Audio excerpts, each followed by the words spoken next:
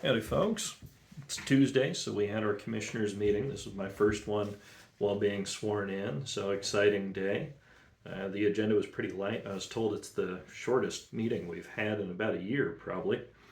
So all went fairly quickly and smooth. We did assign chair position and vice chair position, so Joan Sweet will be chair, and I am going to be the vice chair. So that I can get ready, because under the usual rotation, I would be chair in this next cycle. So that's exciting for me. We agreed to auction off some items. So we've got a boat trailer from 1988 and a tandem axle trailer, some weed eaters, backpack blower, other minor items that are just going to be surplused out, items we don't need. Let's see, the fairgrounds, they're looking for a live on site watchman. So my understanding of that situation is that somebody is allowed to live on site in an RV, and they perform the duties of the watchman for the property periodically, go around, make sure everything's clear, talk to anybody that happens to turn up on the fairgrounds property when nobody's around, and sometimes people need access to the bathroom or something, and they assist with that. So I think what I'm going to do is I'm going to reach out to some of the veterans organizations I've been associated with in the past, kind of those on-site, camp out RV situations. A lot of people in general like those, but a lot of vets like to be able to do that kind of thing.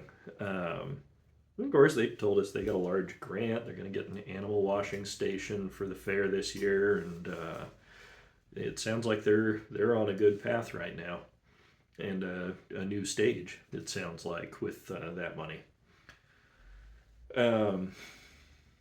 Let's see.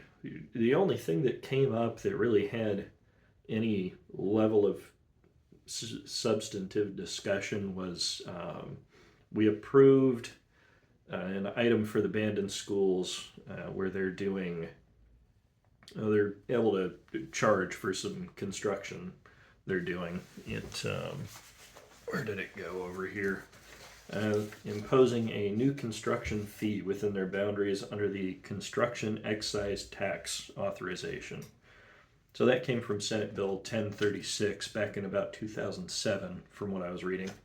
The assertion that I counterpointed, the assertion that was made, was that this is a consequence of the state pushing down on us,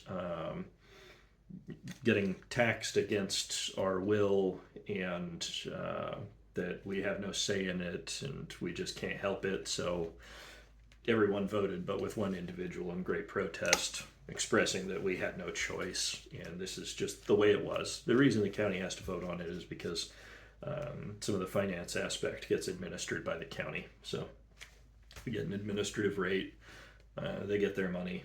Yeah, the principle there, though, that I had to contend was this isn't something imposed by the state with no options on our part.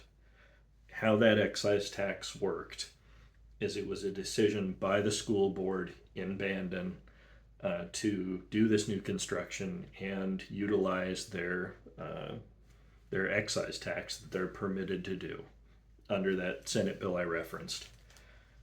And the contention was also made, basically, that if the party division within the state was different, so you consider, I guess, a flip from blue to red was what was being alluded to, it would all be different. The state wouldn't be allowed to do this. So that circles back, for one, on the fact the state isn't doing this. It's an elected school board in Bandon School District. So there is representation, and it is local control.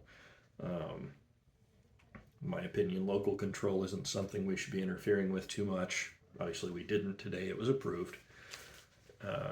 But on the political aspect, I feel like that comes up in a lot of issues now. And it's not always, well, it's rarely productive, but it's also not always accurate.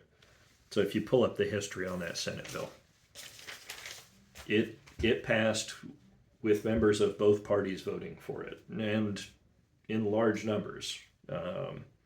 Senate at that time had 30 members, and there were only, what was it? I want to say, yeah, only 9 dissenting votes, 5 red, 4 blue. So it wasn't a partisan line item.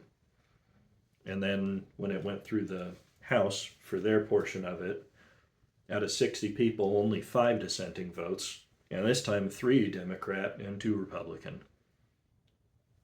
So to pitch, for the sake of pitching, that this is some partisan thing imposed by the state upon everybody with no say in the matter is just not accurate if you see it presented that way. This was a decision by persons who were elected within their district, exercising local control on their decisions under an authorization that came through a bipartisan measure back in 2007. This isn't something Salem or Portland did to us. This was a choice by people in our community who were voted to make those decisions. So that would be the only portion I would expound on at this time. But that's what happened today. Short meeting. And folks like these, so I'll keep doing them. We'll talk to you later.